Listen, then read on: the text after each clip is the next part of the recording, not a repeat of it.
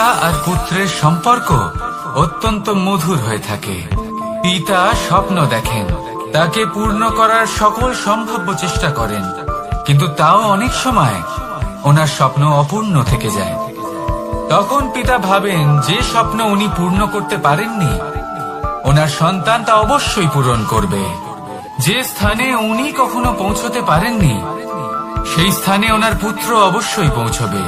পিতা নিজের সন্তানের ভবিষ্যৎ নিয়ে সেই স্বপ্ন দেখেন, আর যখন সেই সন্তান সামনে এগোতে থাকে তখন তার দুঃখ হয় না, বরং গর্ব হয়। ওনার ভালো লাগে এটা দেখে যে ওনার সন্তান অনেক উন্নতি করছে। কিন্তু যখন সন্তান নিজের অভিভাবকের শক্তি দেখে, তার যশ দেখে হিংসা করতে থাকে, সমস্যা সেইখানেই শুরু হয়। সেই জন্য সকল সন্তানকে এটা মনে রাখতে হবে, দেখুন, পুত্র হবার সুবাদে, এক সন্তান হবার সুবাদে এটা হলো আপনার অধিকার যে আপনি আপনার পিতার থেকে বেশি উন্নতি করবেন। আপনার পিতাও এটাই চান, কিন্তু সুস্থভাবে এটা করুন। একটা রেখা টেনে নিন যাতে আপনি তাতে এগোতে পারেন আর আপনার পিতার তাতে গর্ববোধ হয়, আর সেই বিষয়ে দুঃখ না হয় যে আমার সন্তান আমাকেই ছোট করার চেষ্টা করছে।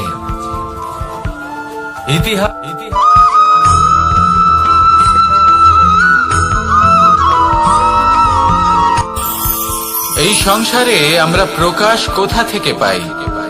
এর উত্তর বড়ই সরল। ভোরে যখন সূর্যোদয় হয় তখন প্রকাশের কিরণ আমাদের ঘরে এসে পৌঁছয়। এইভাবেই আমরা প্রকাশ লাভ করি।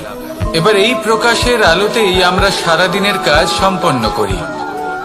সন্ধে হয়ে যায়, সূর্যাস্ত হয়ে যায়, আর আমাদের ঘর যাতে অন্ধকার না হয় তার জন্য আমরা একটা প্রদীপ প্রজ্বলিত করি। এটাই ঘটে আমাদের জীবনেও। এবার প্রবাহমান আয়ুর সাথে আমরা আমাদের অন্তরে যদি একটা প্রদীপ প্রজ্বলিত করে নিই, তাহলে বিষয়টাই অন্যরকম হবে। এবার আপনি বলবেন, কোন প্রকাশের কথা বলছি যা আমাদের অন্তরে জাগ্রত করা সম্ভব? আমাদের আত্মার মাঝে প্রেমের প্রকাশ জাগ্রত করার কথা বলছি। কারণ আমাদের এই জীবন, এও হলো দিনের আলোর মতো। আজ প্রকাশ আছে, কিন্তু কোনোদিন অবশ্যই অস্ত হবে। কিন্তু অস্ত হবার আগে যদি আমরা আমাদের আত্মার মাঝে প্রেমের এই প্রকাশ উজ্জ্বলিত করে নিই, তাহলে আমাদের সন্ধ্যাকালও আমরা আনন্দে এবং প্রেমে যাপন করব। তাহলে আসুন আর আমার সাথে ভালোবেসে বলুন, রাধা রাধা। আমাদের শরীর প্রকৃতির সর্বশ্রেষ্ঠ রচনা। যে অঙ্গ প্রত্যঙ্গ আমরা লাভ করেছি, প্রত্যেকটির মধ্যে একটি নিজস্ব বার্তা রয়েছে। একটু ভেবে দেখুন, দুটি চোখ দিয়েছে দেখার জন্য, দুটি কান দিয়েছে শোনার জন্য, নাসিকাও আছে দুটি, দুটি হাত দিয়েছে দ্বিগুণ পরিশ্রম করার জন্য। কিন্তু জীব শুধুমাত্র একটি। তার উপরেও তীক্ষ্ণ বলিষ্ঠ দাঁত দিয়েছে তার রক্ষার জন্য। কখনো ভেবে দেখেছেন কেন?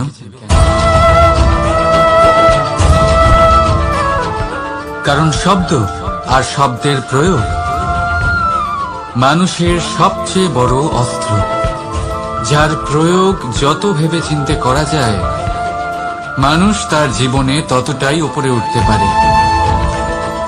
তাহলে মনে রাখুন, দেখুন, শুনুন আর বুঝুন বেশি, বলুন কম। রাধা রাধা।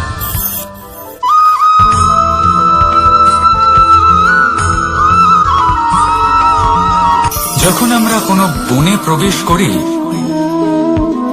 তখন এই সবুজ ঘাস দেখে, এই কোমল ঘাস দেখে আমাদের মন প্রফুল্ল হয়ে ওঠে।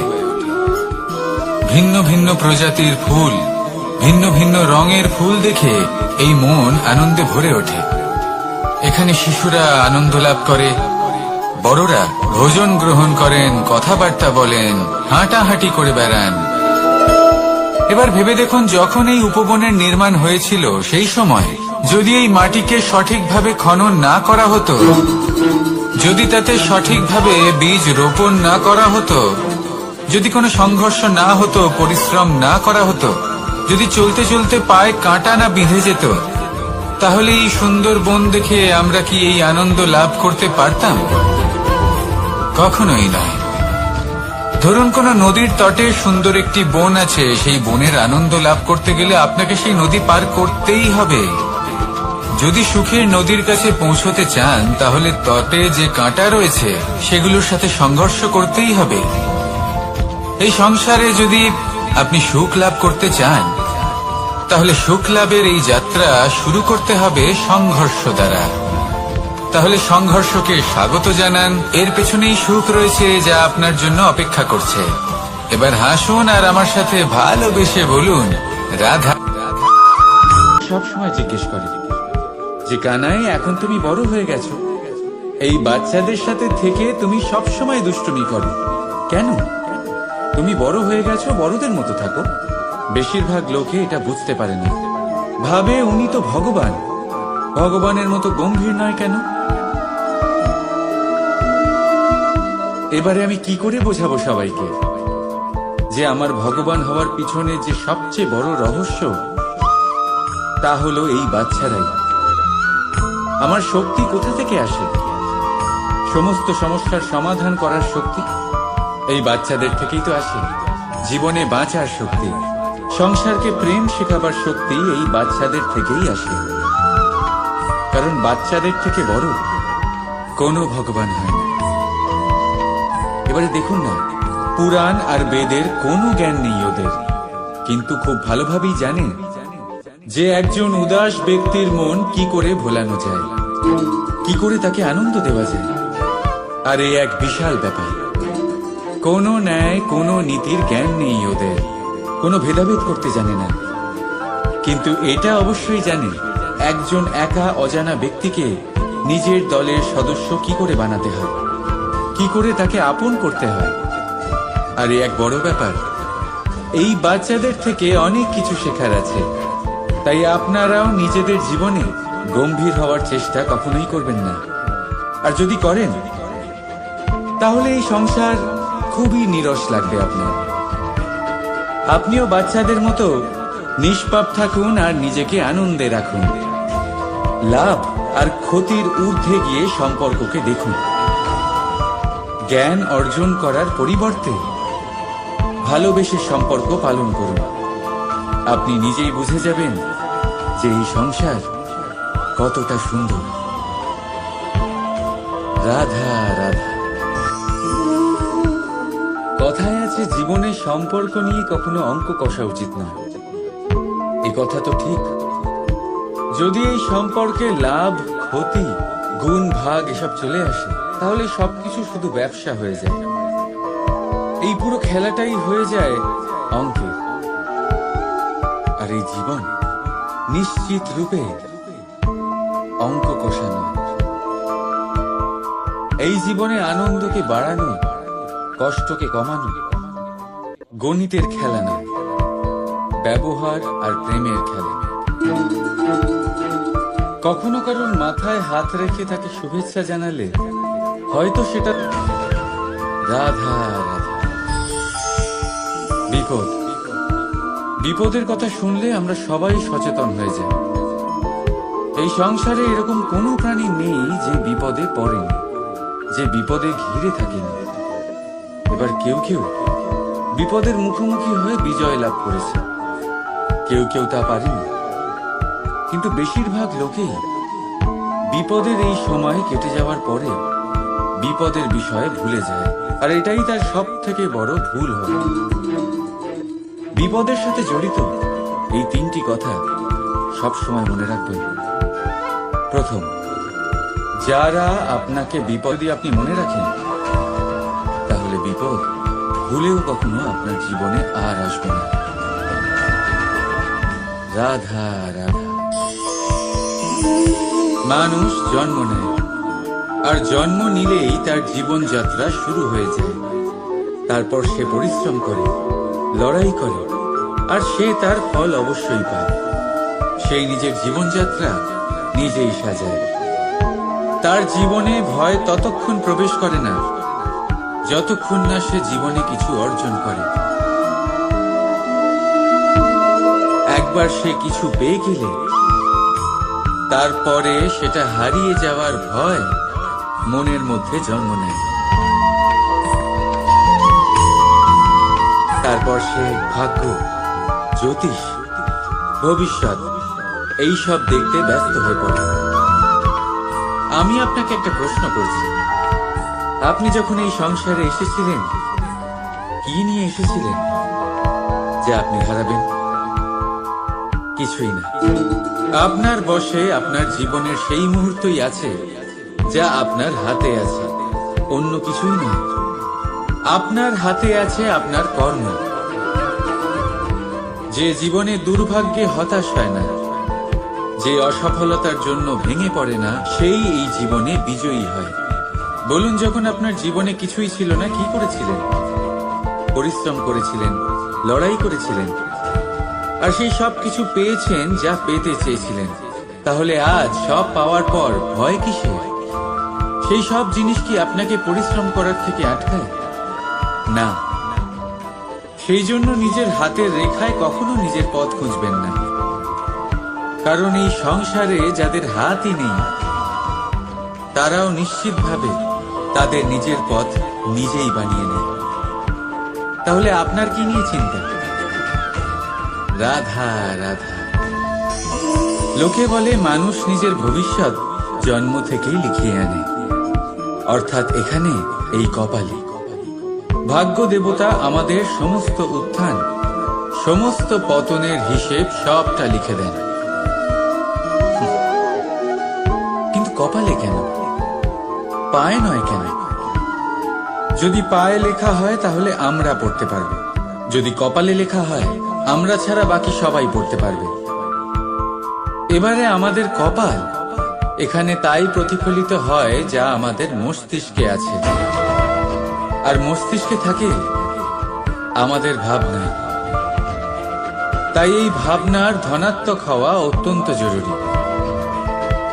এতে বিকাশের জন্য স্থান রাখুন, এতে সবাইকে একসাথে নিয়ে চলার ভাবনা রাখুন, আর বিশ্বাস করুন আপনার মস্তিষ্কের এই ভাবনা সাফল্য রূপে আপনার কপালে অবশ্যই লিখিত হবে, কারণ আপনার ভাবনাই সত্য হয়ে আপনার জীবনে আসে। রাধা রাধা। সংসারে প্রত্যেক মানুষের মনের গভীরে অনেক রকমের চিন্তা লুকিয়ে আছে। পিতামাতার চিন্তা, সন্তানের চিন্তা, স্ত্রীর চিন্তা, কাজের চিন্তা, ভবিষ্যতের চিন্তা, ইত্যাদি ইত্যাদি। মানুষের এই মন নানান চিন্তায় ভরা, কিন্তু আস্তে আস্তে এই চিন্তা চিতা হয়ে ব্যক্তিকে সমাপ্ত করে দেয়। আপনাদের একটা কথা মনে করিয়ে দিই, যে কথা আপনারা আগে থেকেই জানেন। কি অদ্ভুত ব্যাপার, তাই না? আপনি এই সংসারে আসার আগেও এই সংসার ছিল, আপনি যখন এই সংসার থেকে যাবেন তারপরেও এই সংসার থাকবে। অর্থাৎ আপনার আসার আগে এবং আপনার যাওয়ার পর যে সময়, সেটা আপনার হাতে নেই। তাহলে আপনার হাতে কি আছে? আপনার হাতে আছে সেই সময় যেটা আপনি এখন কাটাচ্ছেন, সেই সময় যখন আপনি আমার কথা শুনছেন আর পর্যবেক্ষণ মনকে একাগ্র করে তোলে। রাধা রাধা। আমরা মানুষ যাকে ভালোবাসি তার জন্য সব কিছু করতে পারি। যেমন ধরুন, মা আর বাবা নিজের সন্তানের জন্য কি না করেন। তারা জন্ম থেকে চেষ্টা করেন যাতে তাকে সেই সব দিতে পারেন যা তার প্রয়োজন। ওর স্বাস্থ্য যাতে ঠিক থাকে তাই ওর দেখাশোনা করেন, ওর জন্য চিন্তা করেন। আজীবন চেষ্টা করেন, ধন অর্জন করেন যাতে সন্তানকে একটা বাড়ি দিতে পারেন, যাতে সন্তান খুশি থাকে। কিন্তু এর মধ্যে কিছু না কিছু অবশ্যই অনুচিত। এবার আপনি জিজ্ঞেস করবেন এর মধ্যে অনুচিত কি আছে। আমাদের নিজেদের সন্তানকে কিছু দিয়ে যদি আমরা সন্তুষ্টি লাভ করি তাহলে এতে ভুল কি? এবার আপনি এটা বুঝতে পারছেন না যে আপনার সন্তানকে ভবিষ্যতে এর অনেক বড় মূল্য দিতে হতে পারে। আপনার সন্তানকে, আর কারণ নয়। যখন সে কিছু পেতে চাইবে সেই সন্তান সর্বপ্রথম আপনার দিকে তাকাবে। নিজে পরিশ্রম করে সেটা পাওয়ার চেষ্টা সে কখনোই করবে না। আর যখন সেটা পাবে না তখন সব থেকে বেশি দুঃখ সেই আপনার সন্তানেরই হবে। তাই যদি সন্তানকে কিছু দিতে হয় তাহলে বাড়ি নয়, শিক্ষা দিন। একটা ভালো চরিত্র নির্মাণ করার চেষ্টা করুন, কারণ একটা ভালো চরিত্রই এই সংসারে সফলতার চরম শিখরে পৌঁছতে পারে। রাধা রাধা। নির্মাণ করতে গেলে প্রথমে ভাঙনের জ্ঞান অত্যন্ত আবশ্যক। তার উদাহরণ আমি দেব এর দ্বারা।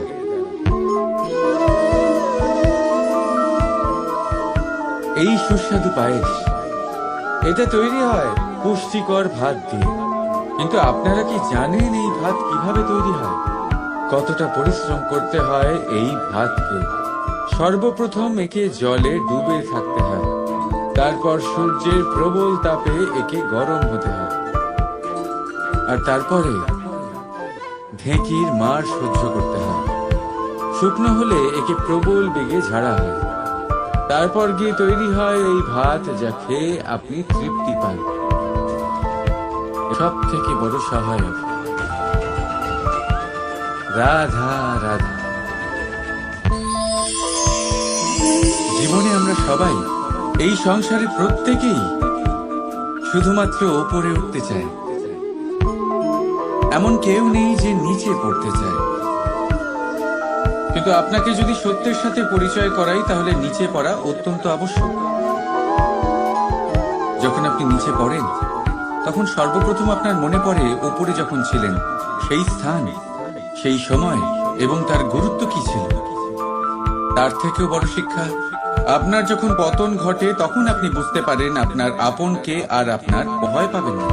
এটা আপনাকে জীবনের খুব বড় এক শিক্ষা দিয়ে যায়। রাধা রাধা। এই সংসারকে আপনি কেমন করে জানবেন, কেমন করে বুঝবেন? এবার আপনার উত্তর বড়ই সহজ হবে। সংসারকে নিজে চোখে দেখে। এটা অবশ্যই উচিত। এবারে দেখুন না, আমরা নিজে চোখে এই সংসারকে দেখি, একে চিনি, তারপরে আমরা বুঝতে পারি। কিন্তু আমরা এটা খেয়াল করতে পারি না যে সমস্ত সংসারকে দেখছে যে চোখ, তা কতটা ছোট হয়, তাই না? একা একজোড়া চোখ আমাদের সমস্ত সংসারকে দেখায়। তাহলে ভেবে দেখুন আপনার কাছে আর কি কি আছে।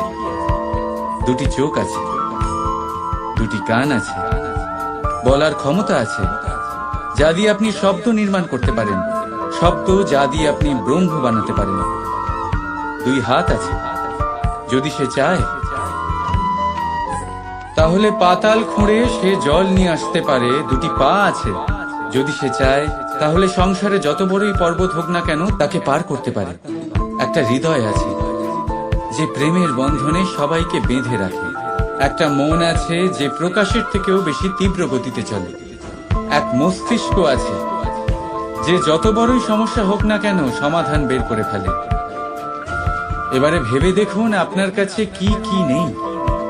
বোঝার চেষ্টা করুন আপনি কতটা ধনবান। এই সংসারে সেই ব্যক্তি সুখী নন যার কাছে ধন আছে। সুখী সেই যে ধনের সদ্ব্যবহার করে।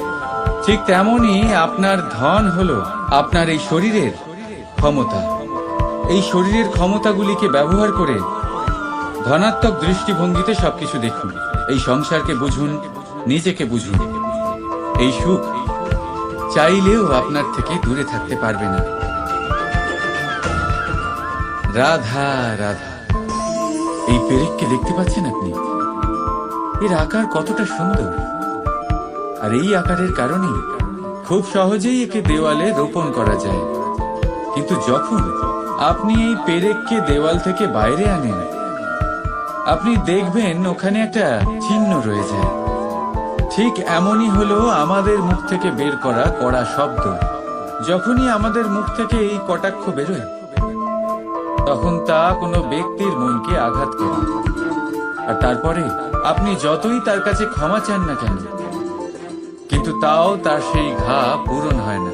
আপনার বলা সেই কথা, সেই কঠোর চিহ্ন ওই ব্যক্তির মনের দেওয়ালে খোদাই হয়ে থাকে। সেই জন্য আমি সবসময় বলি, এই শব্দের শক্তিকে আপনারা বুঝুন, এর মাহাত্ম্যকে বুঝুন। এই শব্দ ব্রহ্ম। কারণ যেভাবে আপনাকে এই শব্দ বিজয়ী করে তোলে, সেইভাবেই এই শব্দ আপনার ব্যাকুলতার কারণে, আপনার বাচন ভঙ্গির কারণে, আপনার অতি উৎসাহের কারণে আপনাকে বিপরীত প্রহারও করতে পারে, যতই আপনার মন সুন্দর ও মধুর হোক না কেন। রাধা রাধা। আসুন আজকে আমরা কথা বলি ভাষার বিষয়ে। এই ভাষা কত অদ্ভুত এক শক্তি। কিন্তু কখনো কখনো আমরা এই তর্কে লিপ্ত হয়ে যাই যে কোন ভাষা সর্বশ্রেষ্ঠ। কখনো কখনো এই সমস্যায় আটকে পড়ি, যখন সামনের জনের ভাষা ভিন্ন আর আমাদের ভিন্ন, না আমরা তার কথা বুঝতে পারি না সে আমাদের। আচ্ছা ঠিক আছে, কিন্তু কেউ আমাকে এটার মানে স্পষ্ট করে বোঝান। সূর্যমুখী, সূর্যের কিরণের কোন ভাষা সে বুঝতে পারে যে সূর্য ওঠার সাথে সাথে সেও ফুটে ওঠে? চকর, চকরের কাছে এমন কোন ইন্দ্রিয় আছে যে সে চাঁদের শীতলতা অনুভব করতে পারে? গরু এমন কোন সঙ্গীত শিখেছে? রাধা রাধা। ব্যক্তি কখন সফল হয়, কখন অসফল, কখন ক্ষতি হয়, কখন লাভ, কখন জয় হয়, কখন পরাজয়, এসব কিসের উপরে নির্ভরশীল? বেশিরভাগ লোকেই বলবেন পরিস্থিতির ওপর। আর সেটা ঠিকও। যদি বাইরে বর্ষার পরিবেশ থাকে, তবে সেখানে বস্ত্র কিভাবে শুকোতে পারে? যদি ঝড়ের পরিবেশ থাকে, তাহলে নৌকা কিভাবে পার করানো যেতে পারে? কিন্তু যদি আমি আপনাকে আসল সত্যি বলি, তাহলে অসফলতার কারণ পরিস্থিতি নয়, সেই পরিস্থিতিকে স্বীকার করে নেওয়া। প্রত্যেকের জীবনে এরকম সময়ে অবশ্যই আসে যখন আমরা চাইলেও পরিস্থিতিকে পাল্টাতে পারি না। পরিস্থিতিকে পাল্টানো অসম্ভব হয়ে ওঠে। এরকম সময়ে একটাই উপায় আছে, পরিস্থিতিকে নয়, মনস্থিতিকে বদলান, আর দেখবেন সবকিছু ভালো হবে। কারণ এই মনস্থিতি আপনার জীবনের সব থেকে বড় সম্বল, সব থেকে বড় সাথী। দেখুন, অপবাদ, অসফলতা প্রত্যেকের জীবনের একটা অংশ অবশ্যই, কিন্তু আপনাকে নিরন্তর চেষ্টা করে যেতে হবে, পুনরায় ঘুরে দাঁড়িয়ে এগিয়ে যেতে হবে, তবেই সফলতা আসবে। যদি এতই সহজ হতো সফল হওয়া, তাহলে সবাই সফল হতো, তাই তো? রাধা রাধা।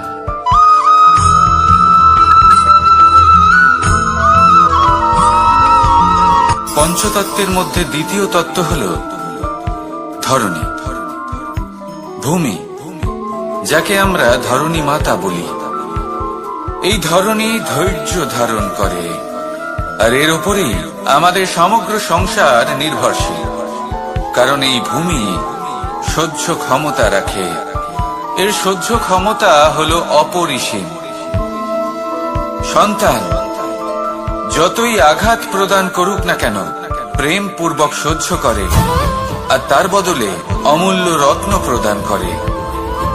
সন্তান যদি হাল চালায়, তাহলে তার বদলে তাকে অন্ন প্রদান করে। এটাই হলো ধরণী। এবার এর থেকে আমরা কি শিক্ষা পেতে পারি? এটাই যে কারোর জন্য কিছু করা বা কাউকে কিছু দেওয়া মনে কোনো কামনা ছাড়াই।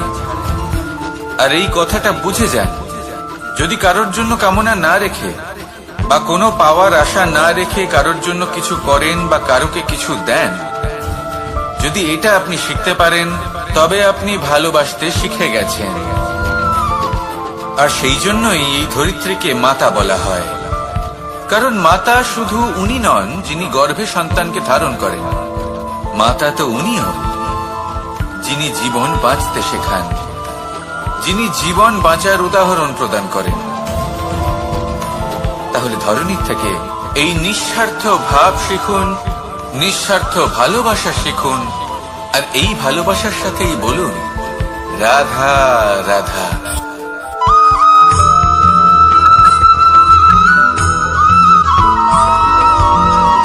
কথায় আছে, অন্ধকারে প্রদীপ প্রজ্বলিত করলে চতুর্দিক আলোকিত হয়। কিন্তু যদি এই প্রদীপ আমি সূর্যের আলোর সম্মুখে সকালবেলায় প্রজ্বলিত করে রেখে দিই, তাহলে কি হবে? আপনি বলবেন যে এটা করে তো কোনো লাভই হলো না। সূর্যের প্রকাশের সামনে এই প্রদীপ আসলে কিছুই নয়। এবার এই চিন্তা ভাবনা প্রত্যেক দিন করতে হবে, আর একটা অমূল্য শিক্ষা পেতে হবে। মনে করুন যে আপনি মহাপুরুষের সামনে বসে আছেন, কোন মহাজ্ঞানীর সামনে। তাহলে সেই ব্যক্তির সামনে নিজের জ্ঞানের প্রদীপ প্রজ্বলিত করবেন না,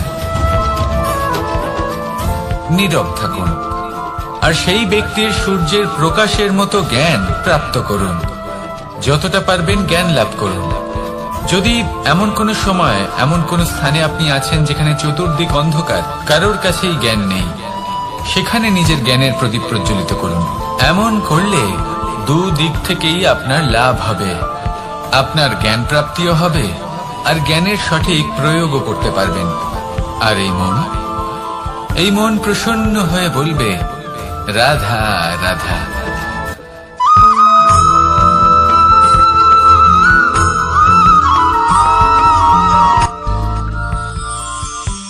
শিশিরের বিন্দু পাতার ওপর পড়ে আর তার গায়ে লেগে থাকে।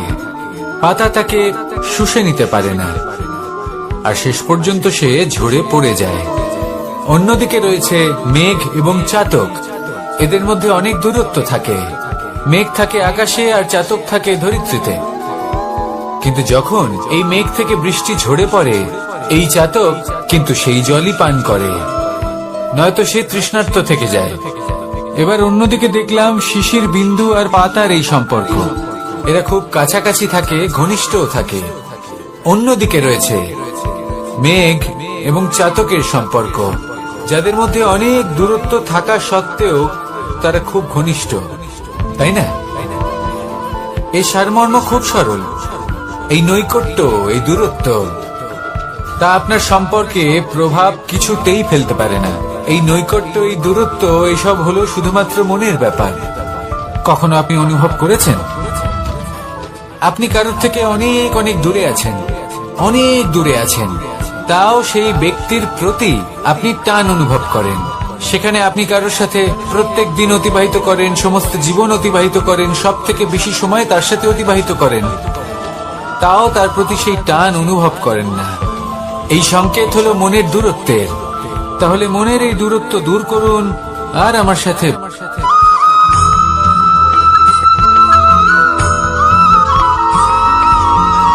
এই সংসারে কোন বস্তু হোক বা ব্যক্তি হোক, তার একার গুরুত্ব কিন্তু খুব বেশি নয়। একটা উদাহরণ হিসেবে বৃষ্টির ফোঁটাকে ভেবে দেখুন। যদি একটি বৃষ্টির ফোঁটা হয় তাহলে তার খুব বেশি গুরুত্ব থাকে না, কিন্তু যখন সহস্র বৃষ্টির ফোঁটা মেঘের মধ্যে দিয়ে ঝরে পড়ে, তখন সেটা বর্ষার রূপ ধারণ করে। সেই বর্ষা যা এই প্রকৃতিকে শান্ত করে। সেইভাবেই পাথরের ছোট টুকরো, তার খুব বেশি গুরুত্ব থাকে না, কিন্তু যখন অসংখ্য পাথরের টুকরো একত্রিত হয় তখন তা পর্বতের আকার ধারণ করে। সেইভাবেই কিছু মানুষ যখন একত্রিত হন তখন তৈরি হয় পরিবার। কিছু পরিবার যখন একত্রিত হয় তখন তৈরি হয় সমাজ। যখন অনেক সংখ্যক সমাজ একত্রিত হয় তখন তৈরি হয় রাজ্য। এবার এই রাজ্যের সব থেকে গুরুত্বপূর্ণ ব্যক্তি হতে পারেন রাজা, কিন্তু তাও সেই রাজা একা কিছু করতে পারেন না। যুদ্ধ লড়ার সময় তারও নিজের সৈন্যদলকে প্রয়োজন পড়ে। কিন্তু এই সংসারে এমন একজন ব্যক্তি আছেন যিনি একাই সব কাজ করতে থাকেন, এবং সেই ব্যক্তি হলেন মা। আমাদের জীবনে একজন পিতার ভূমিকা কিন্তু নিঃসন্দেহে অমূল্য, কিন্তু আমাদের সকলের জীবনে যে ভূমিকা একজন মায়ের তা অন্য কারোর থাকে না। একজন মা একাই সন্তানকে বড় করতে পারেন, সংস্কারী করে তুলতে পারেন, তার জন্য পরিশ্রম করেন। আর এত কিছু কাজ করার পরেও তার কাজের জন্য তিনি প্রশংসা অবশ্য পান না। উল্টে যদি সেই সন্তান অনুচিত পথে চালিত হয়, অনুচিত কর্ম করে, তখন সেই মাকেই অপবাদের পাত্র হয়ে উঠতে হয়। আমাদের জীবনে মায়ের যোগদান কতটা সেটা বুঝুন। আপনাকে বড় করে তোলার জন্য উনি কতটা পরিশ্রম করেছেন সেটা বুঝুন। আজ থেকে, এখন থেকে, এই মুহূর্ত থেকে মাকে সম্মান করতে শিখুন। যখন সময় পাবেন, যখন সুযোগ হবে, তখন তার প্রশংসা করুন, ওনারও ভালো লাগবে। আর মায়ের এই মমতার জন্য, তার এই ভূমিকার জন্য আসুন সবাই মিলে আমরা তাকে প্রণাম করি, আর সকলে মিলে ভালোবেসে বলি, রাধা রাধা।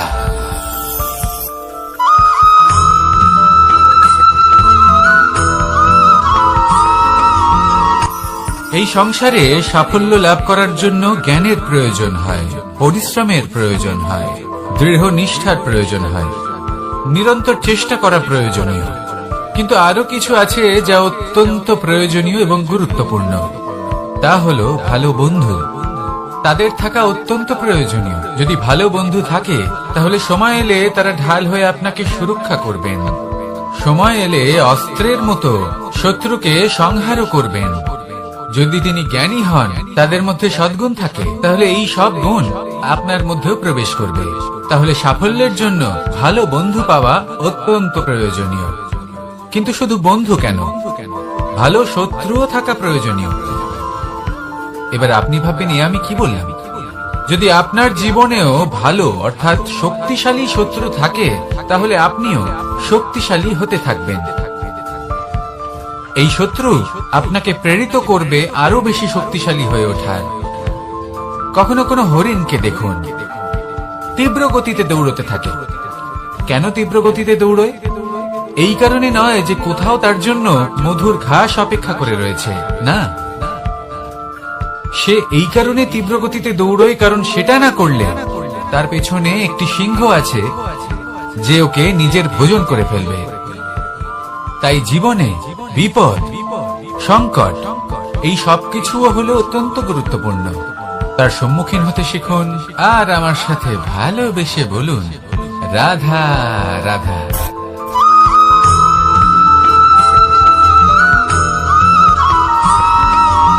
মানুষ জন্মগ্রহণ করে, তার সাথে ভয়েরও জন্ম হয়। ছোটবেলা থেকেই আমাদের মনে কোনো না কোনো প্রকারের ভয় থেকেই যায়। কেউ এই বিষয়ে ভয় পায় যে তার কোনো বস্তু তার থেকে দূরে চলে যাবে। কেউ এই বিষয়ে ভয় পায় যে আমি নিজেকে হারিয়ে ফেলব। কেউ এই ভেবে ভয় পায় যে আমার প্রিয়জনেরা তারা যেন আমার থেকে দূরে না চলে যায়। কেউ এই ভেবে ভয় পায় যে আমরা যেন পথ না হারিয়ে ফেলি, আদি ইত্যাদি। কিন্তু সত্যি কথা বলতে, ভেবে দেখুন এই ভয় বাস্তবে কি? শুধুই একটা মনস্থিতি, আর কিছুই নয়। যা কিছু আপনি জীবনে পেয়েছেন তা একদিন আপনাকে হারাতে হবে। এই জীবন হলো আপনারই, কিন্তু তাও একদিন সমাপ্ত হবে। তাই ভয় পেয়ে কি লাভ? এই ভয় শুধু আপনাকে জীবন যাপন করা থেকে বাধা দিচ্ছে, আর কিচ্ছু নয়।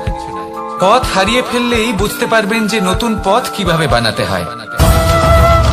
কিছু মানুষকে জীবন থেকে হারালে তবেই আপনি বুঝবেন যে আপনার আপনজনকে।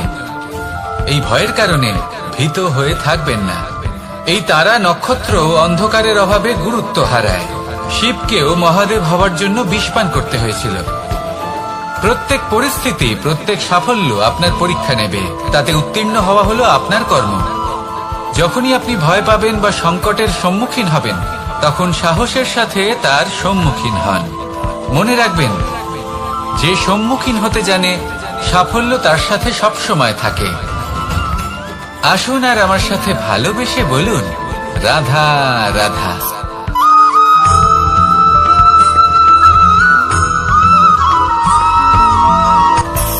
মানুষের মধ্যে একটা বিচিত্র প্রবৃত্তি থাকে। অন্য সকলের বিষয়ে, তাদের জীবনের বিষয়ে, তাদের ব্যক্তিত্বের বিষয়ে, তাদের ভবিষ্যতের বিষয়ে অনুমান করা, এটা হলো অনুচিত। কারোর অতীতকালকে দেখে লোকে ভবিষ্যৎ বলে দিতে পারেন, বর্তমানকে দেখে ভবিষ্যতের বিষয়ে অনুমান করে ফেলেন। উদাহরণ দিতে হলে বলবো, কোনো দাসকে দেখুন, ওকে দেখে লোকে বলে যে ওর ভবিষ্যৎ সেটাই হতে পারে, অনুমান করে ফেলেন। আর এই রাজাকে দেখুন, উনি তো কত সুখী হবেন, উনি তো জগতের সব থেকে অধিক সুখী মানুষ, কত সুখ সুবিধা আছে ওনার কাছে, ধারণা করে ফেলেন। তবে সত্য তো এটাই যে কারোর ব্যক্তিত্বের বিষয়ে, তাদের ভবিষ্যতের বিষয়ে আপনি পূর্ণ সত্য কখনোই বলতে পারবেন না, শুধু অনুমান করতে পারবেন। আর এই অনুমান করে সত্যি কোনো লাভ হয় না, কারণ এই কাল সেটা হলো অত্যন্ত শক্তিশালী। কালো থেকে কালোতর কয়লাকেও হিরেতে পরিণত করতে পারে, অনেক বড় বড় রাজাকেও বিদূষক বানিয়ে ফেলতে পারে এক মুহূর্তেই। তাহলে আপনি অনুমান করে কি লাভ? কি পেলেন অনুমান করে? সেই জন্য কারোর বিষয়ে কোনো অনুমান করবেন না, তার ভবিষ্যতের বিষয়ে অনুমান করতে যাবেন না, কারোর বিষয়ে কোনো ধারণা করে নেবেন না। কিছু করতে হলে ভালোবাসুন, সবার মধ্যে ভালোবাসা ছড়ান, সবার মধ্যে ধন্যাত্মক ভাব ছড়ান। এই মন প্রসন্ন হয়ে বলবে, রাধা রাধা।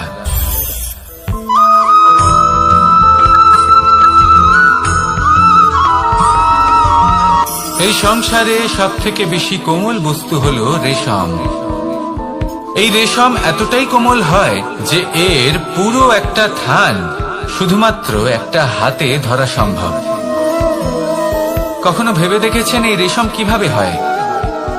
একটি কীট তার লালার দ্বারা উৎপন্ন হয়। এই কীট সেই রেশমকে পাক দিতে থাকে, পাক দিতেই থাকে, দিতেই থাকে, আর আস্তে আস্তে তার মধ্যেই জড়িয়ে পড়ে। শেষে ওর এই সুন্দর অমূল্য সৃষ্টি রেশমের এই সুতো, তার নির্মাণ কার্য পূর্ণ হয়, কিন্তু তাতেই ও নিজে বন্দী হয়ে যায়। নিজেরই মায়াজালের এই বন্দী গৃহে নিজেই ফেঁসে যায়। এবার এই সুতোকে ব্যবহারযোগ্য করে তোলার জন্য এই কীটগুলিকে এই কবচের সাথেই ফুটন্ত জলে ফেলে দেওয়া হয়।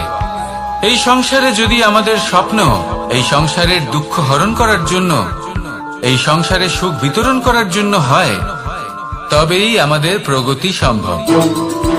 যদি আমাদের এই স্বপ্ন শুধুই আমাদের এবং আমাদের স্বার্থ সিদ্ধির জন্য হয়, তাহলে এই স্বপ্ন আমাদের অন্ধ করে দেবে, আমাদের অন্ধকারের পথে নিয়ে যাবে, আর আমরাও সেই কীটের মতো হয়ে যাব। নিজেদেরই মায়াজালে আমরা নিজেই ফেঁসে যাব, আর শেষে আমরা যদি কিছু লাভ করি তা হবে একাকিত্ব, অন্ধকারময় মৃত্যু। তাই স্বপ্ন অবশ্যই দেখুন, কিন্তু এমন ভাবে স্বপ্ন দেখবেন না যে তার এই বন্দিগৃহে আপনি নিজেই ফেঁসে গেলেন। স্বপ্ন দেখুন পরোপকারে।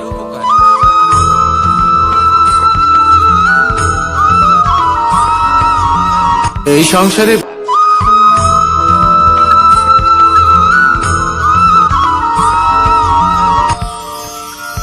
মানুষ তার জীবনে দুই ধরনের পরিস্থিতিকে খুব ভয় পায়। এক, কোনো কারণবশত কারোর সামনে নত হওয়া। দুই, কোনো কারণে নিজের চরিত্র থেকে, নিজের মূল্যবোধ থেকে বিচ্যুত হওয়া। এবার কেন হয় এরকম যে কথায় কথায় কারোর সামনে নত হতে হয়? কেন বারংবার নিজের চরিত্র থেকে চ্যুত হতে হয়? এরকম কেন হয়? এটা তখনই হয় যখন আমাদের শিক্ষা এবং মূল্যবোধের অভাব থাকে। যদি মানুষের মধ্যে প্রকৃত শিক্ষা থাকে, তাহলে এই সংসারে কোনো সময় এবং কারোর সামনেই নত হওয়ার কোনো প্রয়োজন নেই। যদি মানুষের মধ্যে মূল্যবোধ থাকে, তাহলে তাকে নিজের মূল্যবোধ বা চরিত্র থেকে বিচ্যুত হতে হয় না, তা সে যাই হয়ে যাক না কেন। কোনো বালককে যদি জন্ম থেকেই সুশিক্ষার অধিকারী করা হয়, শিক্ষিত করা হয়, মূল্যবোধের অধিকারী করা হয়, তবে সে এই সংসারে এমন কর্ম করবে যাতে সে নিজেকে, নিজের পরিবারকে, সমগ্র সমাজকে গর্বিত করতে পারে। শিক্ষা লাভ করুন, মূল্যবোধ লাভ করুন, এবং আমার সাথে ভালোবেসে বলুন, রাধা রাধা।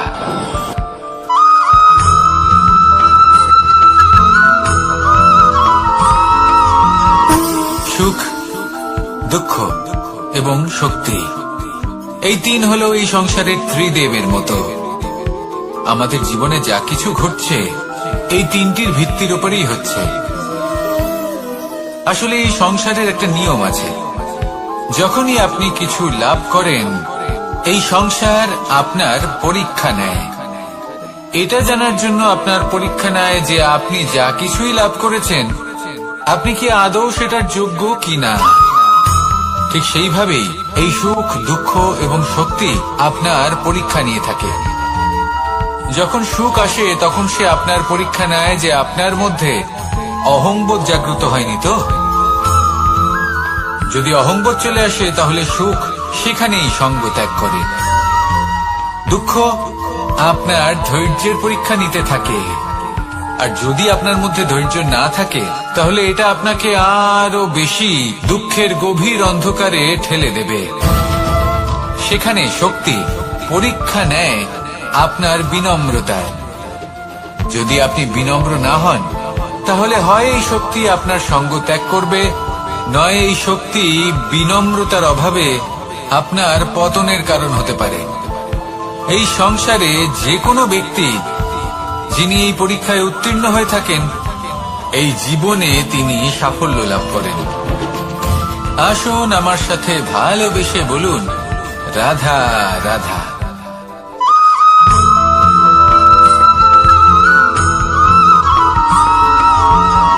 জীবন কিসের উপর নির্ভরশীল? ধনের উপর।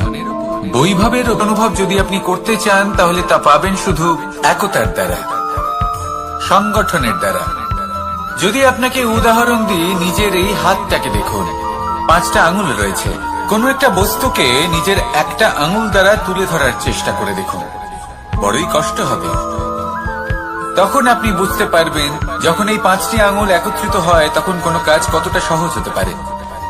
এটাই হলো শক্তি, একতা। সব থেকে ভালো উদাহরণ যদি আপনাকে দিই তাহলে বাঁশি। এই বাঁশি থেকে অত্যন্ত মধুর সুর নির্গত হয় যা সবার মন প্রসন্ন করে দেয়। এই কথা সত্যি, কিন্তু এই বাঁশি আমি একটা বা দুটো আঙুল দিয়ে বাজাতে পারবো না। আমাকে প্রত্যেকটা আঙুল ব্যবহার করতেই হবে, তবেই এর থেকে মধুর সুর নির্গত হবে যা সকলকে প্রসন্ন করবে, ঠিক কিনা?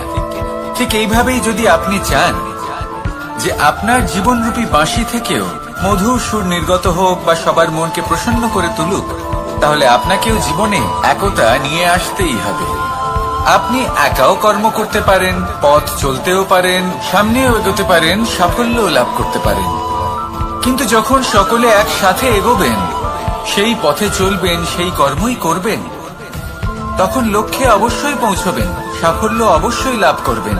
কিন্তু সেই সাফল্য এবং তার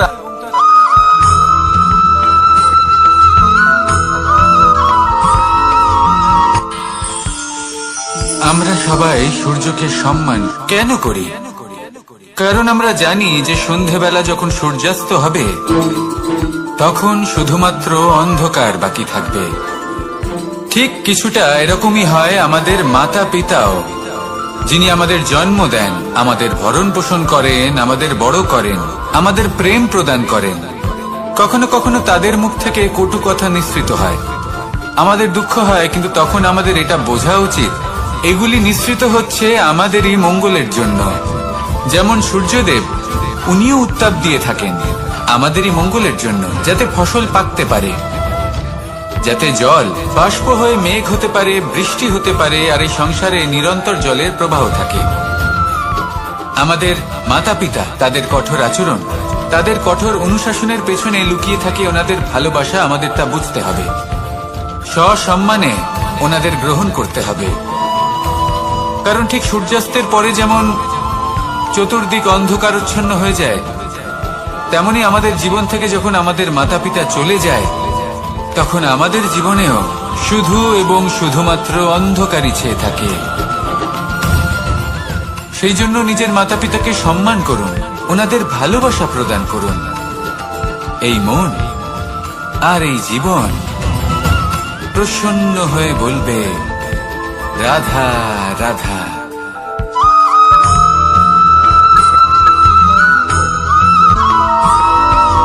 বসন্ত ঋতু, এই সময় মন আনন্দে ভরে থাকে। এমন মনে হয় যেন আমরা আকাশে বিচরণ করতে চলে যাই, কিন্তু সেটা তো সম্ভব নয়। সেই জন্য হয়তো আমরা ঘুড়ি ওড়াই, এই ঘুড়িকে নিজেদের প্রতিরূপ মনে করে। এবার অনেক মানুষ আছেন যারা ঘুড়ি ওড়ান, কিন্তু এই কর্মের সারমর্ম কি সেটা কজন বুঝতে পারেন? আপনি এটা মনে করুন যে আপনি হলেন সেই ঘুড়ি, আর এই সুতো যিনি ধরে রয়েছেন তিনি হলেন পরমাত্মা।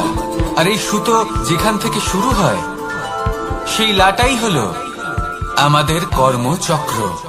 এবার আপনি নিজেই অনুমান করুন যে এই উড়ান কার ওপর নির্ভরশীল, পরমাত্মার ওপর আর আপনার কর্মের ওপর। যদি পরমাত্মা আপনার হাত ধরে থাকেন, আপনার সাথে থাকেন, যদি আপনি শুভ কর্ম করতে থাকেন, আপনি এই আকাশে উড়তে থাকবেন। কিন্তু কোথাও কোথাও যদি পরমাত্মার সাথে এই বন্ধন ছিন্ন হয়, আপনার কর্মচক্র খারাপ হয়ে যায় বা থেমে যায়, তাহলে আপনার এই ঘুড়ি কেটে যাবে আর দূরে কোনো গাছের ডালে গিয়ে আটকে যাবে। তাই শুধুমাত্র ঘুড়ি ওড়াবেন না, তার থেকে শিখুন, পরমাত্মার সাহচর্যে থাকুন, সবসময় শুভ কর্ম করতে থাকুন আর সবসময় এই আকাশে উড়তে থাকুন। আসুন আর আমার সাথে ভালোবেসে বলুন, রাধা।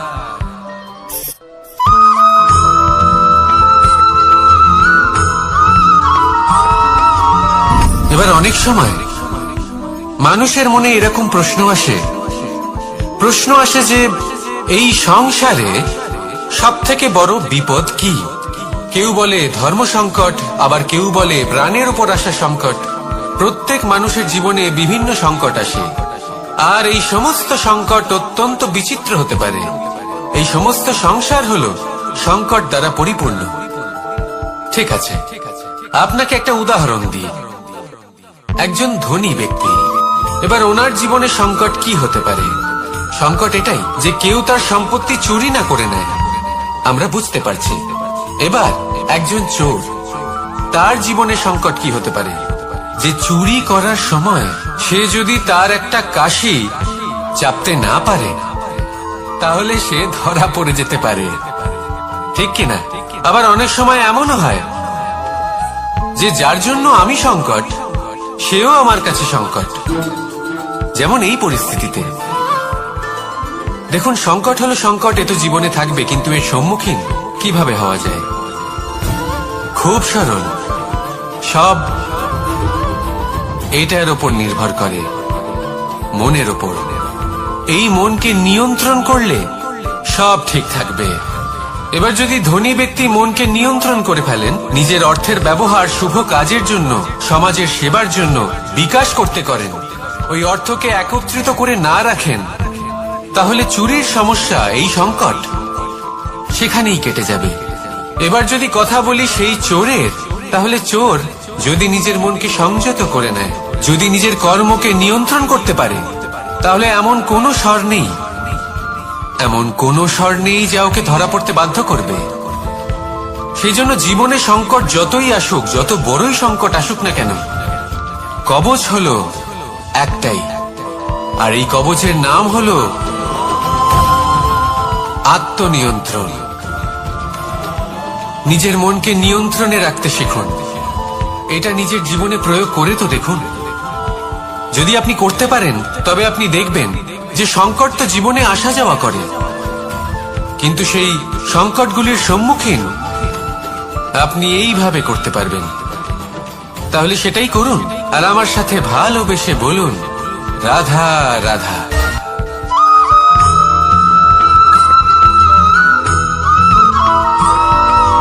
জীবনে যখন কোনো ব্যক্তি নিজের লক্ষ্য প্রাপ্তির জন্য নিরন্তর পরিশ্রম করতে থাকেন, চেষ্টা করতে থাকেন, তখন তিনি কষ্ট অনুভব করেন, কখনো শারীরিক কষ্ট, কখনো মানসিক কষ্ট।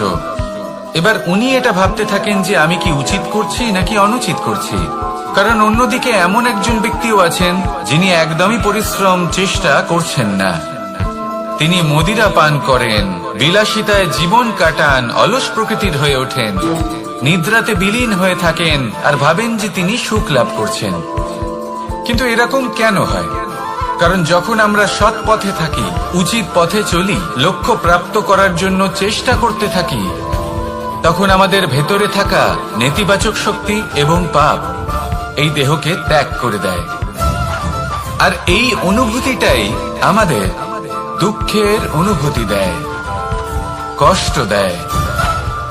এবার সেখানে যদি আমরা কুপথে চলি, অনুচিত পথে চলতে থাকি, তাহলে আমাদের ভেতরে থাকা পুণ্য এবং ধনাত্মক শক্তি আমাদের দেহ ত্যাগ করে দেয়। আর এই অনুভূতির কারণেই আমরা সুখ অনুভব করি। কিন্তু কখনো ভাববেন যে এই সুখ বেশি সময় পর্যন্ত থাকে না। সেই জন্য সবসময় মনে রাখবেন, যদি আপনি জানেন যে এটাই আপনার লক্ষ্য, এটাই উচিত পথ, শুভ পথ, তাতে নিরন্তরভাবে এগিয়ে যেতে চেষ্টা করতে থাকুন। এই কষ্ট আপনাকে সুখের পরাকাষ্ঠায় কখন পৌঁছে দেবে তা আপনি জানতেই পারবেন না। আসুন আমার সাথে ভালোবেসে বলুন, রাধা রাধা।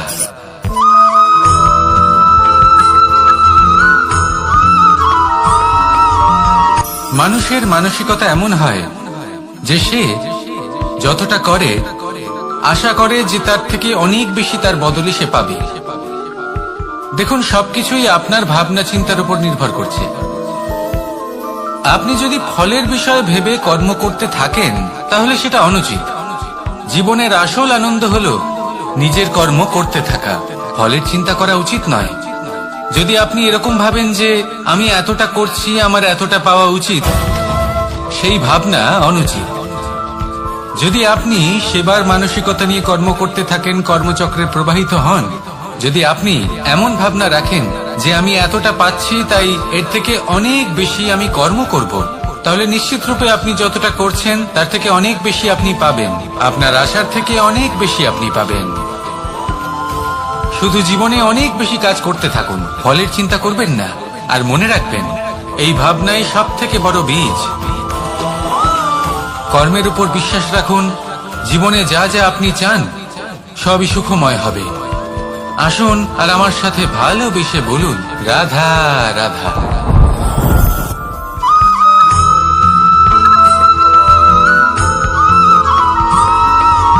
আমাদের শরীর প্রকৃতির সর্বশ্রেষ্ঠ রচনা। যে অঙ্গ প্রত্যঙ্গ আমরা লাভ করেছি প্রত্যেকটির মধ্যে একটি নিজস্ব বার্তা রয়েছে। একটু ভেবে দেখুন, দুটি চোখ দিয়েছে দেখার জন্য, দুটি কান দিয়েছে শোনার জন্য, নাসিকাও আছে দুটি, দুটি হাত দিয়েছে দ্বিগুণ পরিশ্রম করার জন্য। কিন্তু জীব শুধুমাত্র একটি। তার উপরেও তীক্ষ্ণ বলিষ্ঠ দাঁত দিয়েছে তার রক্ষার জন্য। কখনো ভেবে দেখেছেন কেন?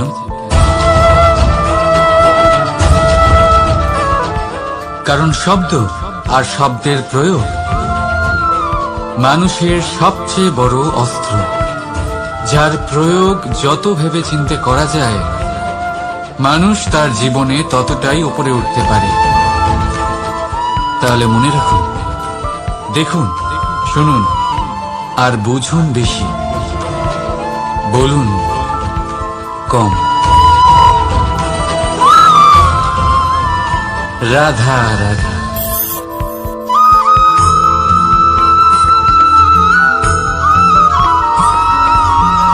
এই সংসারে কোনো বস্তু হোক বা ব্যক্তি হোক, তার একার গুরুত্ব কিন্তু খুব বেশি নয়। একটা উদাহরণ হিসেবে বৃষ্টির ফোঁটাকে ভেবে দেখুন।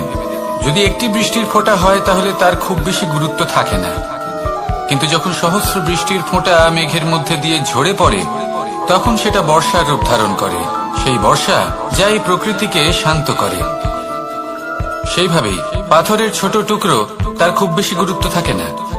কিন্তু যখন অসংখ্য পাথরের টুকরো একত্রিত হয় তখন তা পর্বতের আকার ধারণ করে।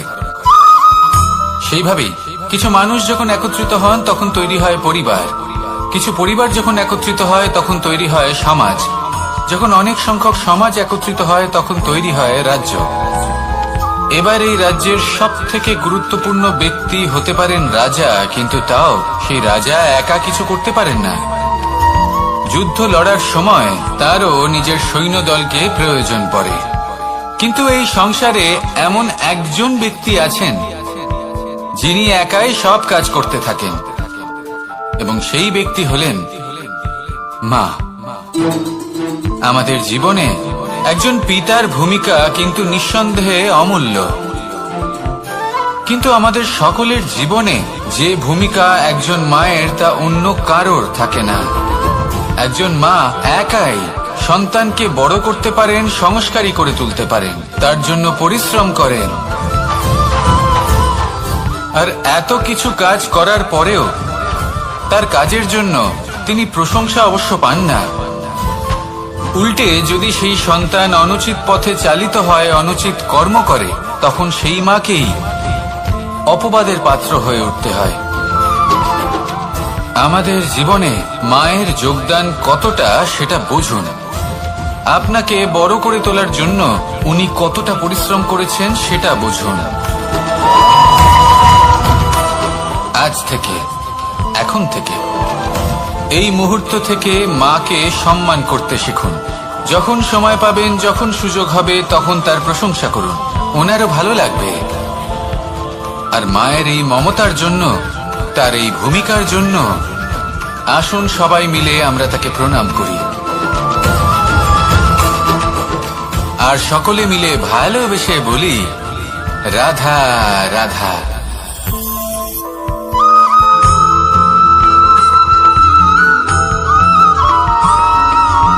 ফিরে আসছিলেন এবং তাদের ফেরার পথে হঠাৎ করে কোথাও থেকে একটি বাছুর চলে এলো। এই দুই বোন ভয়ভীত হয়ে গেলেন, আর তাদের হাত থেকে সেই আটা পড়ে গেল, মাটিতে মিশে গেল। এবার এই পুরো ঘটনাক্রমে যদি কারোর বিন্দুমাত্র লাভ হয়ে থাকে, বিন্দুমাত্র আনন্দ পেয়ে থাকে, তাহলে সে কে? সেই ছোট বোন, যিনি মাঝে মাঝেই গমের দানা তুলছিলেন এবং খাচ্ছিলেন। কিছুটা হলেও উনি আনন্দ লাভ করেছিলেন। এবার এরকমই হলো আমাদের জীবনে ভক্তি এবং ভালোবাসা সংক্রান্ত বিষয়। মানুষ নিজের জীবনের দৈনিক কাজে এতটাই ব্যস্ত হয়ে পড়েন, প্রত্যেকদিন শুধু কাজ কাজ কাজ কাজ করতে থাকেন, আর তাতে ভক্তি এবং ভালোবাসার জন্য সময় বার করতেই পারেন না। দেখুন, জীবনে ভক্তি আর প্রেমের এই যে ছোট ছোট মুহূর্ত আছে, এগুলো যদি আপনি যাপন করতে পারেন, তাহলে তাতেই আপনি তৃপ্তি লাভ করবেন। বাকি সবই আপনার ব্যর্থ বলেই মনে হবে। জীবনে যখনই আপনি কোনো কাজ করবেন, ঈশ্বরের প্রতি সমর্পিত হয়ে সেই কাজ করুন। আর যখনই সময় পাবেন, তাহলে সেই সময় নিজের আপনজনদের দিন, যাদের আপনি ভালোবাসেন, তাদের প্রতি যত্নবান হন, তাদের শুভাকাঙ্ক্ষী হন। এই প্রেম আর ভক্তির ছোট ছোট মুহূর্তগুলো আপনার জীবনকে চরিতার্থ করে তুলবে। আসুন আমার সাথে ভালোবেসে বলুন, রাধা রাধা।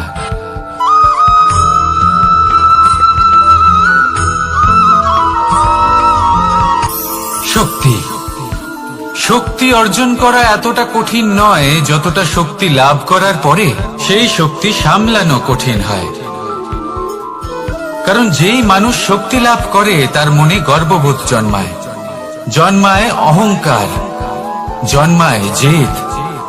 তাই শক্তি প্রাপ্ত করার সাথে বিনম্র থাকাও অত্যন্ত আবশ্যক। আর এটা আমাদের শেখা উচিত বৃক্ষের থেকে। বৃক্ষ যা আমাদের ফল দেয়, বৃক্ষ যা যত ফল দেয় ততটাই ঝুঁকে যায়। আমরা পাথর মারি ওই বৃক্ষের থেকে ফল প্রাপ্ত করার জন্য। সেই পাথরের মার সহ্য করেও বৃক্ষ আমাদের ফল দেয়। কোনো গর্ববোধ নেই, কোনো অহংকার বোধ নেই, আর সেই জন্য এই বৃক্ষের পুজো করা হয়। এটাই হলো মাহাত্ম্য, শক্তির সাথে বিনম্রতা। যদি এই শক্তি সৃজন করে থাকে, সাহায্য করে থাকে, সম্বল হয়ে থাকে, তবেই সেই শক্তি উপযুক্ত। আর নয়তো সেই শক্তি একদিন আপনাকে আসক্ত অবশ্যই করবে। তাহলে শক্তি অবশ্যই অর্জন করুন, কিন্তু তার সাথে সেই শক্তি সামলানোর মতো বিবেকও আপনাকে অবশ্যই জাগ্রত করতে হবে। তাহলে আসুন আমার সাথে ভালোবেসে বলুন রাধা রাধা।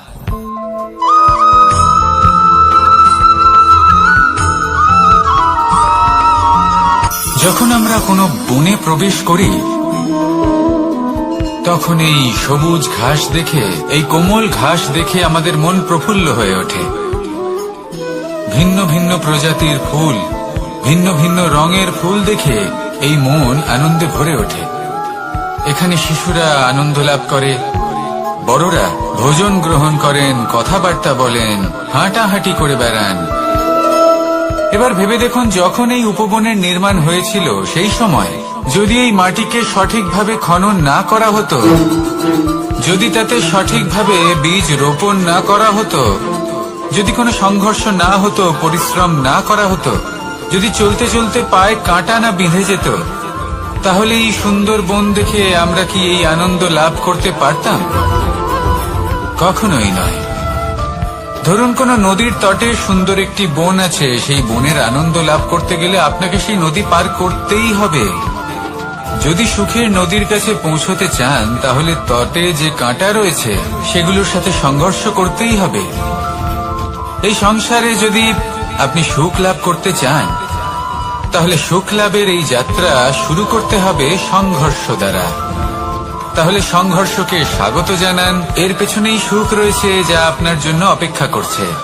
এবার হাসুন আর আমার সাথে ভালোবেসে বলুন রাধা।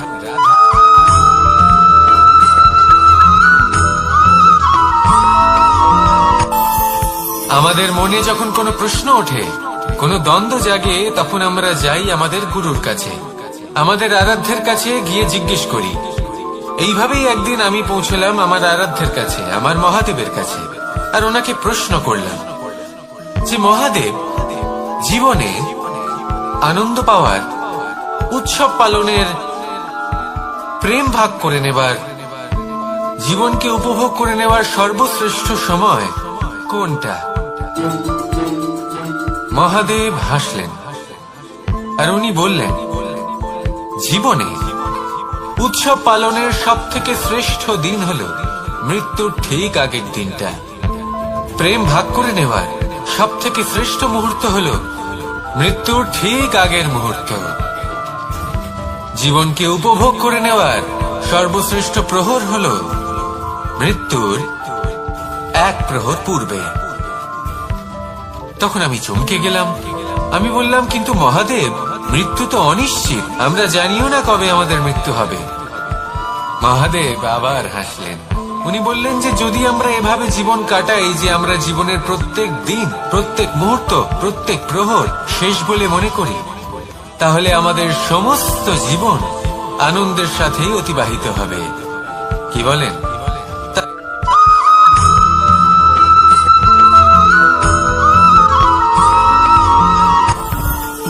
জীবনে কিছু শেখা অত্যন্ত গুরুত্বপূর্ণ। এবার কি কি শিখতে হবে সেই সব শেখানোর জন্য অনেক শিক্ষক রয়েছেন, কিন্তু কি শিখবেন না আর কি করবেন না, এটা আমাদের নিজের অভিজ্ঞতা দিয়ে শিখতে হয়। কিন্তু তার মানে এটা নয় যে যদি আপনাকে শিখতে হয় যে আগুনের তাপ কতটা, আপনাকে আগুনের মধ্যে হাত দিতে হবে। না, অন্য কারোর অভিজ্ঞতা দ্বারাও শিখতে পারেন। প্রশ্ন শুধুমাত্র একটাই যে আপনি কি শিখতে চান নাকি চান না। যদি আপনি এটাই ভাবেন যে আমি শুধুই নিজের অভিজ্ঞতা দ্বারাই শিখতে চাই, তাহলে জীবনকাল ছোট মনে হবে, অনেক কিছুই শিখতে পারবেন না। তাই নিজের সাথে সাথে বড়দের অভিজ্ঞতা দ্বারাও শেখা শুরু করে দিন।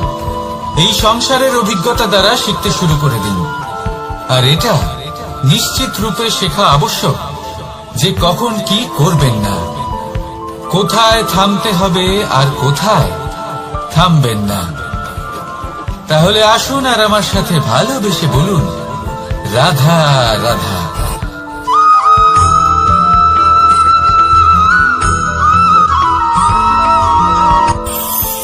এই সংসারে আমরা প্রকাশ কোথা থেকে পাই? এর উত্তর বড়ই সরল। ভোরে যখন সূর্যোদয় হয় তখন প্রকাশের কিরণ আমাদের ঘরে এসে পৌঁছয়। এইভাবেই আমরা প্রকাশ লাভ করি। এবার এই প্রকাশের আলোতেই আমরা সারাদিনের কাজ সম্পন্ন করি। সন্ধে হয়ে যায়, সূর্যাস্ত হয়ে যায়, আর আমাদের ঘর যাতে অন্ধকার না হয় তার জন্য আমরা একটা প্রদীপ প্রজ্বলিত করি। এটাই ঘটে আমাদের জীবনেও। এবার প্রবাহমান আয়ুর সাথে আমরা আমাদের অন্তরে যদি একটা প্রদীপ প্রজ্বলিত করে নিই, তাহলে বিষয়টাই অন্যরকম হবে। এবার আপনি বলবেন কোন প্রকাশের কথা বলছি যা আমাদের অন্তরে জাগ্রত করা সম্ভব? আমাদের আত্মার মাঝে প্রেমের প্রকাশ জাগ্রত করার কথা বলছি। কারণ আমাদের এই জীবন এও হলো দিনের আলোর মতো। আজ প্রকাশ আছে, কিন্তু কোনোদিন অবশ্যই অস্ত হবে। কিন্তু অস্ত হবার আগে যদি আমরা আমাদের আত্মার মাঝে প্রেমের এই প্রকাশ উজ্জ্বলিত করে নিই, তাহলে আমাদের সন্ধ্যাকালও আমরা আনন্দে এবং প্রেমে যাপন করব। তাহলে আসুন আর আমার সাথে ভালোবেসে বলুন, রাধা রাধা।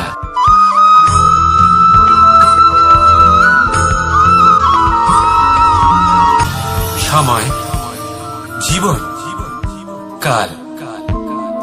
দেখতে গেলে এই তিনটি শব্দ একটি শব্দেরই সমার্থক শব্দ মনে হয়, কিন্তু এই শব্দগুলির অর্থ কি সমান? কখনোই নয়।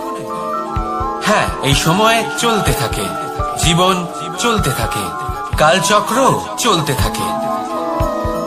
এই সময় কেটে যায়, কিন্তু এই জীবন একে যাপন করতে হয়। কি বলেন? এই জীবনে কিছু করুন বা কিছু না করুন, জীবন এমনি কেটে যাবে, আপনি জানতেও পারবেন না। কিন্তু সেটা আমাদের উদ্দেশ্য নয়, একে যাপন করতে হবে। এই জীবনে প্রেরণা পেতে শিখুন, প্রেরণা দিতে শিখুন, আহ্বান গ্রহণ করতে শিখুন, আহ্বান জানাতে শিখুন, মহান কাজ করতে শিখুন, ধন্যাত্মক বোধ জাগিয়ে তুলুন। জীবন অতিবাহিত করার অর্থ কি তা আপনি শিখে যাবেন।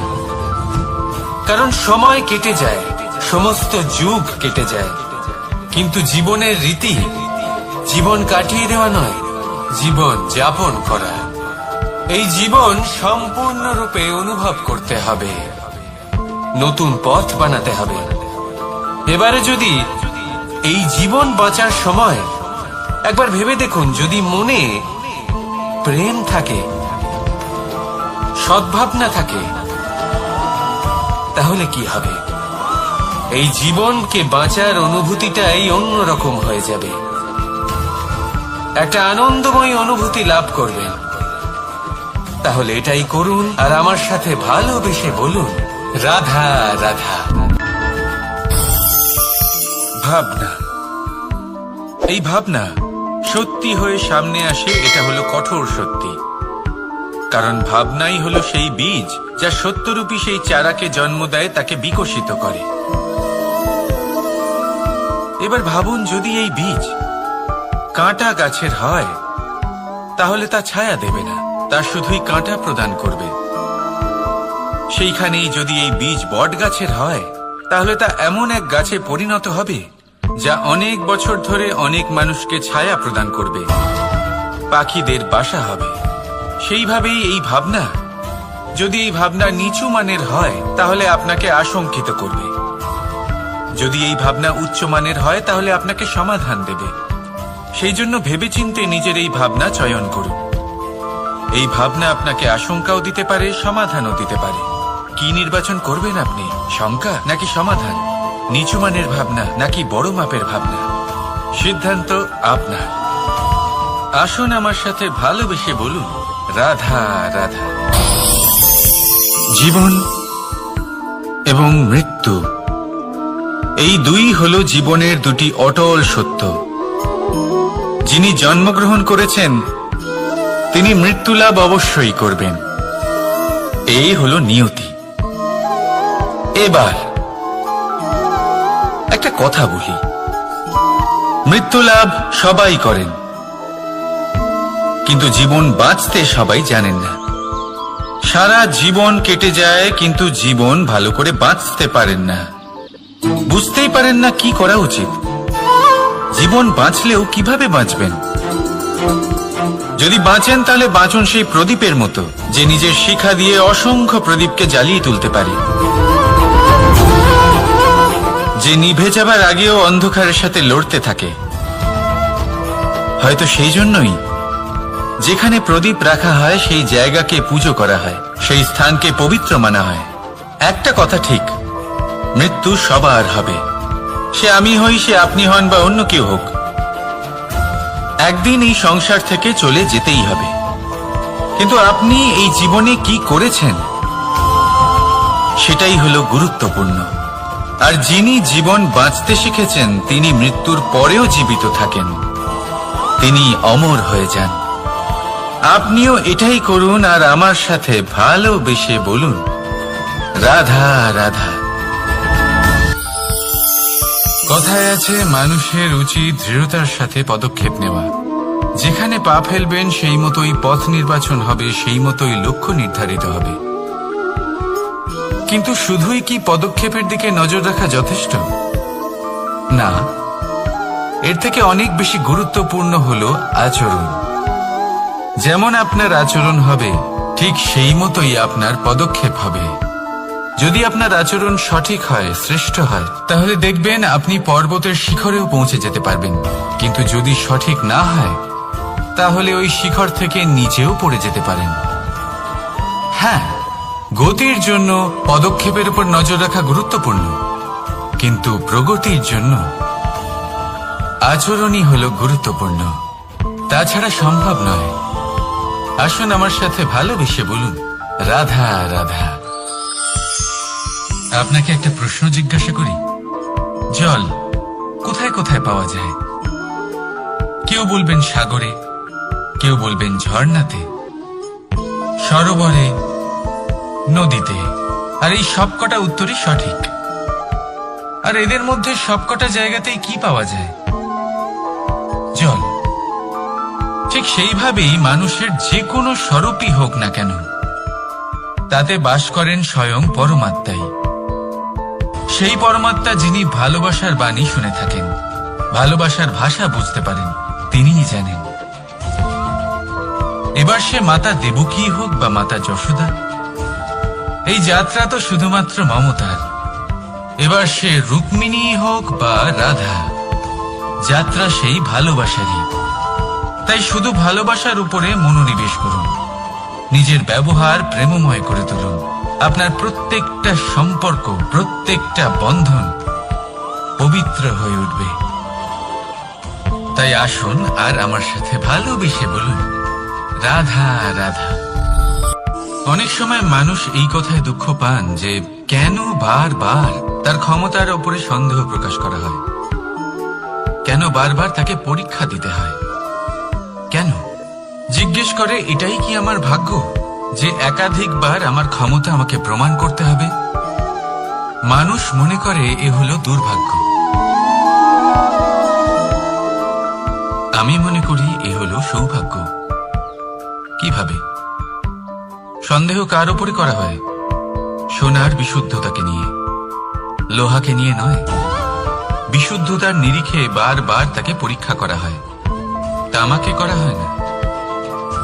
রত্নকারের আঘাত হীরেকে সহ্য করতে হয়, কোনো কাঁকরকে নয়। সেই জন্য নিজের ভাবনাকে ধন্যাত্মক করে তুলুন। জীবনে যত পরীক্ষায় আসুক না কেন, হাসি মুখে তার সম্মুখীন হন, তাতে উতলা হবেন না। আর তারপর দেখবেন আপনার অন্তরের এই রত্ন আপনার জীবনকে উজ্জ্বল করে তুলবে। তাহলে আসুন আমার সাথে ভালোবেসে বলুন, রাধা রাধা। সকলে বলেন এবং আমিও বলি যে মানুষ যেমন সঙ্গে মেলামেশা করেন সেরকমই তার স্বভাব হয়ে যায়। এ হলো সত্য, কিন্তু এটা হলো অর্ধ সত্য। হ্যাঁ, বৃষ্টির ফোঁটা যখন সাপের মুখে যায় তখন তা বিষে পরিণত হয়, তাই যখন ঝিনুকের মধ্যে যায় তখন তা মুক্ততে পরিণত হয়। কিন্তু কোনো ব্যক্তির স্বভাব, এ হলো অত্যন্ত গুরুত্বপূর্ণ। কোনো এক ফুলের কথা ভাবুন, সেই ফুলের সাথে জড়িত সেই কাঁটাগুলোর কথা ভাবুন। সহস্র বছর ধরে সেই কাঁটা ফুলের সাথেই লেগে রয়েছে, কিন্তু আজও সেই বিধিই যায়, সেই যন্ত্রণাই দেয়, সুবাস ছড়ায় না। কেন? কারণ বিধে যাওয়া কাঁটার স্বভাব হয়। এটা বুঝেনি।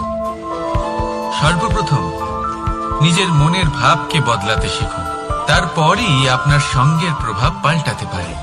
আর যদি আপনি এরকম করেন, তাহলে আপনার জগৎ প্রশান্তিতে ভরে যাবে। তাহলে আসুন আমার সাথে ভালোবেসে বলুন, রাধা রাধা। সংসারে এমন একটা ভ্রান্ত ধারণা রয়েছে যে সবকিছু ভাগ্যের দ্বারা পাওয়া যায়, কিন্তু ভাগ্য, প্রারব্ধ এ তো সকলের জন্যই সমান হয়। এটা তো ব্যক্তির উপরে নির্ভরশীল হয়, তার আকাঙ্ক্ষার উপরে নির্ভরশীল হয়, বাসনার উপরে নির্ভরশীল হয়, স্বভাবের উপরে নির্ভরশীল হয় যে উনি সেটা নিয়ে কি করেন। দেখুন, এই প্রসাদ কিন্তু সকলকেই দেওয়া হয়, কিন্তু তা গ্রহণ করবেন কিভাবে সেটা ব্যক্তির উপরে নির্ভর করে। আপনাকে এক উদাহরণ দিই। যেমন ধরুন, দুজন মানুষকে আমি একটা করে মাটির ডেলা দিলাম, সেটা নিয়ে তারা কি করবেন? একজন মানুষ তার ছোট ছোট ডেলা বানাবেন আর পথযাত্রীদের ওপরে ছুঁড়ে মারবেন, হাসি ঠাট্টা করবেন, তাদের বস্ত্র নোংরা করে দেবেন, সেটাতেই উনি আনন্দ পাবেন। অন্যদিকে দ্বিতীয় ব্যক্তি সেই মাটির ডেলা দিয়েই নিজের জন্য একটা কুঁড়ে ঘর বানাবেন। সেই কুঁড়ে ঘর যা রোদেতে, বৃষ্টিতে, ঝড়ে তাকে সুরক্ষিত রাখবে। অনুভূতি, এই অনুভূতি বদলাতে শিখুন। এই অনুভূতি অত্যন্ত গুরুত্বপূর্ণ। ভালোবাসাতেও এই অনুভূতি হলো অত্যন্ত গুরুত্বপূর্ণ। ভালোবাসা সে বন্ধুর সাথে হোক, মা বাবার সাথে হোক, ভাই বোনের সাথে হোক, স্ত্রীর সাথে হোক, যে কারোর সাথে হোক। মনে রাখবেন, এই হলো সেই অনুভূতি যা আপনার ভাগ্য নির্ধারণ করে থাকে। তাহলে আসুন আমার সাথে প্রেমের অনুভূতি নিয়ে বলুন, রাধা রাধা। আমরা মানুষেরা কি অদ্ভুত, তাই না? যখন ভুল আমরা করি, তখন আমরা চাই আপোষ করে নিতে। এই ভুলই যদি অন্য কেউ করে, তখন আমরা চাই ন্যায় হোক। কেন? একই পরিস্থিতিতে দুই রকম আচরণ কেন? দেখুন, যদি আপোষ, ন্যায়, প্রতিকার বা প্রতিঘাতের বদলে আমরা শুধু এবং শুধুমাত্র প্রেম দিয়ে ভরিয়ে তুলি, তাহলে না আমাদের আপোষ করে নেবার আশা থাকবে, না ন্যায় পাবার আকাঙ্ক্ষা। কারণ মানুষ আপোষ বা ন্যায় তখনই চান যখন কিছু নেবার থাকে, কিন্তু প্রেমে তো সবকিছু অর্পণ করে দেওয়া হয়। মনে রাখবেন, সব থেকে বড় আপোষ আর সব থেকে বড় ন্যায় শুধুমাত্র ভালোবাসা। তাহলে আসুন আমার সাথে ভালোবেসে বলুন, রাধা রাধা। আপনি কি কখনো আয়না দেখেছেন? আমাদের মধ্যে এমন কে আছেন যিনি আয়না দেখেননি? সকলেই আয়না দেখেছেন, আয়নায় নিজের প্রতিবিম্বও দেখেছেন। কিন্তু কেউ কি ভেবে দেখেছেন আয়নার পেছনে কি আছে? সেই প্রতিবিম্বের পেছনে কি আছে?